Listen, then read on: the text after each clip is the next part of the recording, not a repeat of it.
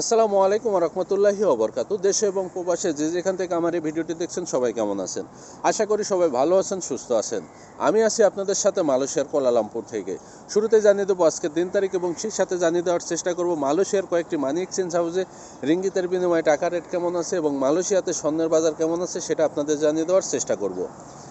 আর এই রেট যে কোনো সময় যে কোনো মুহূর্তে পরিবর্তন হতে পারে এবং এলাকার ভিত্তিতে এবং মানি এক্সচেঞ্জ হাউসের ভিত্তিতে রেট কম বেশি হয়ে থাকে, সেটা আপনাদের জানিয়ে রাখি। আরেকটি গুরুত্বপূর্ণ কথা হচ্ছে, যেহেতু বাংলাদেশে এখন সব কিছু বন্ধ, ব্যাংক বলেন, বিকাশ বলেন, নগদ বলেন, এক কথায় নেটওয়ার্কে যেখানে বন্ধ সেখানে আপনি এখন দেশে টাকা পাঠালে আপনার টাকা আপনার পরিবারের কাছে পাচ্ছে না। সেক্ষেত্রে এখন টাকা পাঠানো থেকে বিরত থাকুন। আগে আমার কথা বুঝবেন, তারপরে আপনার খারাপ মন্তব্য করার থাকলে মন্তব্য করবেন, ভালো মন্তব্য করার থাকলে মন্তব্য করে পাশে থাকবেন। যেহেতু দেশের ব্যাংক বলেন সকল কিছু বন্ধ, সেক্ষেত্রে আপনি এখন যদি প্রবাস থেকে সে যে দেশ থেকে হোক টাকা পাঠান, কিন্তু আপনার টাকা আপনার পরিবারের কাছে পৌঁছাচ্ছে না বা আপনার টাকা আপনার পরিবার পাচ্ছে না, সেক্ষেত্রে বলবো টাকা পাঠানো থেকে বিরত থাকুন। দেশের পরিবেশ পরিস্থিতি স্বাভাবিক হোক এবং ব্যাংক বলেন, বিকাশ বলেন সব কিছু চালু হোক, তখন আপনার পরিবারের কাছে আপনি টাকা পাঠান। আর কীভাবে পাঠাবেন সেটা অবশ্যই আপনার জানা আছে আমার থেকে ভালো। তো আশা করি বিষয়টা সবাই বুঝতে পারবেন। আর যদি না বুঝে আপনি আমাকে গালাগালি করেন বা মন্তব্য করেন, সেক্ষেত্রে আপনার পায়ে আপনি নিজে করে মারবেন, এটা মনে রাখবেন। আজকে 23শে জুলাই 2024 সাল, রোজ মঙ্গলবার। মালয়েশিয়াতে 916 অর্থাৎ 22 ক্যারেট স্বর্ণ বিক্রি হচ্ছে 358 রিঙ্গিত, যা গতকালও ছিল, এখন পর্যন্ত অপরিবর্তিত আছে। পরিবর্তন হলে আপনাদের আপডেট দিয়ে জানিয়ে দেওয়ার চেষ্টা করব। এবার জানিয়ে দেওয়ার চেষ্টা করব মালয়েশিয়ার কয়েকটি মানি এক্সচেঞ্জ হাউসে তারা কেমন রেট প্রদান করছে। তবে এই রেট যে কোনো সময় পরিবর্তন হতে পারে, সেটা আপনাদের জানিয়ে রাখি।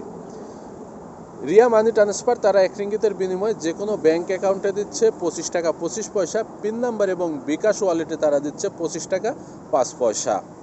মার্চেন্টেড মানি ট্রান্সফার তারা আজকে 1 রিঙ্গিতের বিনিময়ে যে কোনো ব্যাংক অ্যাকাউন্টে দিচ্ছে 25 টাকা 25 পয়সা। পিন নাম্বার এবং বিকাশ ওয়ালেটে তারা দিচ্ছে 25 টাকা 5 পয়সা। এনবিএল মানি ট্রান্সফার তারা আজকে 1 রিঙ্গিতের বিনিময়ে যে কোনো ব্যাংক অ্যাকাউন্টে দিচ্ছে 25 টাকা 25 পয়সা। পিন নাম্বার বা ক্যাশ পিকআপে তারা দিচ্ছে 24 টাকা 95 পয়সা। বিকাশ ওয়ালেটে তারা 1 রিঙ্গিতের বিনিময়ে দিচ্ছে 25 টাকা 20 পয়সা। Max money exchange remittance house তারা আজকে 1 রিঙ্গিতের বিনিময়ে যে কোনো ব্যাংক অ্যাকাউন্টে দিচ্ছে 25 টাকা 24 পয়সা। ক্যাশ পিকআপ বা পিন নাম্বারে তারা দিচ্ছে 25 টাকা। অগ্রণী রেমিটেন্স হাউস তারা আজকে যে কোনো ব্যাংক অ্যাকাউন্টে 1 রিঙ্গিতের বিনিময়ে দিচ্ছে 25 টাকা 32 পয়সা। অগ্রণী ব্যাংকের পিন নাম্বারে তারা দিচ্ছে 25 টাকা 7 পয়সা এবং অন্যান্য ব্যাংকের পিন নাম্বারে তারা দিচ্ছে 25 টাকা।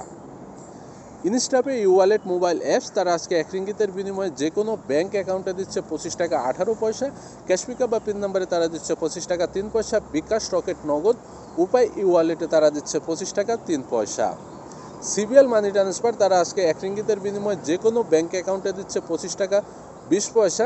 ক্যাশ পিকআপ বা পিন নাম্বারে তারা দিচ্ছে 25 টাকা এবং বিকাশ রকেট উপায় ওয়ালেটে তারা 1 রিঙ্গিতের বিনিময়ে দিচ্ছে 25 টাকা 20 পয়সা। লোটাস রেমিট এক্সচেঞ্জ মানি হাউস তারা যে কোনো ব্যাংক অ্যাকাউন্টে আজকে 1 রিঙ্গিতের বিনিময়ে দিচ্ছে 25 টাকা 27 পয়সা। ক্যাশ পিকআপ বা পিন নাম্বারে তারা 1 রিঙ্গিতের বিনিময়ে দিচ্ছে 25 টাকা 5 পয়সা।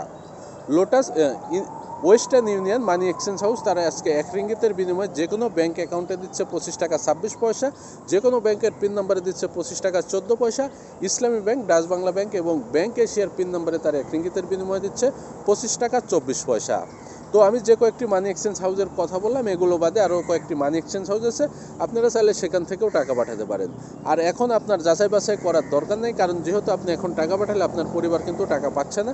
সেক্ষেত্রে বলবো কয়েকটা দিন ধৈর্য ধরুন, পরিবেশ পরিস্থিতি স্বাভাবিক হোক, সব কিছু দেশে চালু হোক, তারপরে আপনার টাকা আপনি পাঠাবেন। গতকালকে এক ভাই মেসেজ করছে, ভাই আমি এখন ব্যাংকের মাধ্যমে টাকা পাঠাতে চাচ্ছি, আমার টাকা পাঠালে আমার পরিবার আগামীকালকে পাবে কি না। তো ভাই আপনাকে মেসেজও আমি বলে দিচ্ছি এবং ভিডিওর মাধ্যমে আপনার কাছে বার্তাটি পৌঁছাতে চাই। যেহেতু বাংলাদেশে ব্যাংক বলেন বা যে কোনো প্রতিষ্ঠান সব কিছু যেহেতু সরকারি সাধারণ ছুটি ঘোষণা, যেহেতু নেটই নাই বা কোনো সার্ভারে কাজ করতেছে না, বিকাশ বলেন নগদ বলেন, তাহলে আপনি টাকাটা কিভাবে পাঠাবেন? এখান থেকে না পাঠানোর ব্যবস্থা আছে, কিন্তু আপনার পরিবারের কাছে কিন্তু টাকাটা পাচ্ছে না। তাহলে আপনার পরিবার কিভাবে টাকাটা খরচ করবে বা কিভাবে সে টাকাটা পাবে? তো যখন পরিবেশ পরিস্থিতি স্বাভাবিক হবে, ভালো হবে, অবশ্যই তখন আপনি টাকা পাঠান, কোনো সমস্যা নাই। আর প্রবাসীরা কোনো সময় দেশের সাথে বেইমানি বা গাদ্দারি করে না।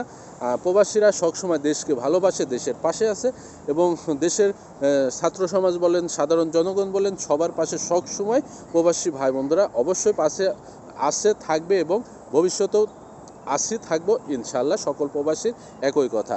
তো আশা করি বিষয়টা বুঝতে পারছেন। এই বিষয়গুলো আপনারা অনেকেই আছেন অন্যভাবে নিয়ে অনেক রকম মন্তব্য করে থাকেন।